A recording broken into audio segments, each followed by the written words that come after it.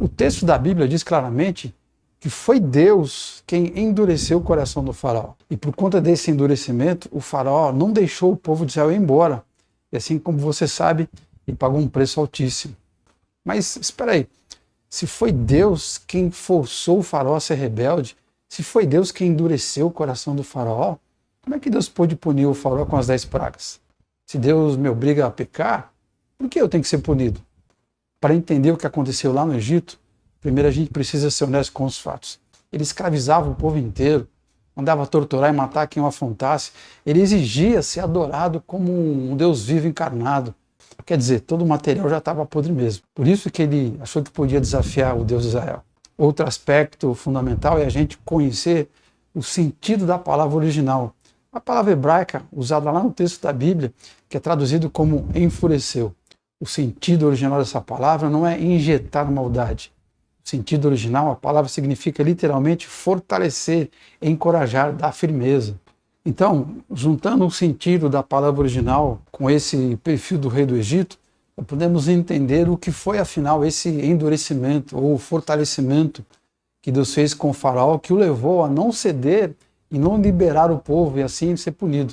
Quando a água do rio Nilo virou sangue, quando o país inteiro foi coberto por rãs e gafanhotos, quando por 3 dias a luz desapareceu por completo, o que qualquer ser humano normal faria? Qualquer rei normal teria entrado em pânico, teria cedido na mesma hora, não por arrependimento, mas por temor de Deus mesmo, ou pelo menos por instinto de sobrevivência, por medo do inexplicável.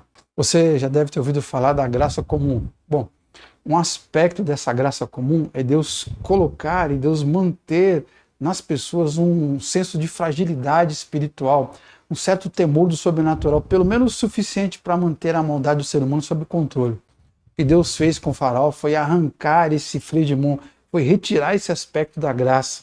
Assim, a gente pode entender que quando o texto diz que Deus fortaleceu ou endureceu o faraó, está dizendo que Deus tirou a única coisa que podia frear a irresponsabilidade do rei. A única coisa que o impediria de ter um coração tão duro como ele livremente queria ter. Ou seja, Deus removeu a trava psicológica do medo para que o faraó tivesse a coragem de bancar a própria arrogância até as últimas consequências. E antes disso, pudesse também mostrar quem realmente ele era. Sabe o que nós podemos aprender com isso? Que o endurecimento do coração é Deus anulando o nosso livre-arbítrio. É, na verdade, um ato de justiça de Deus.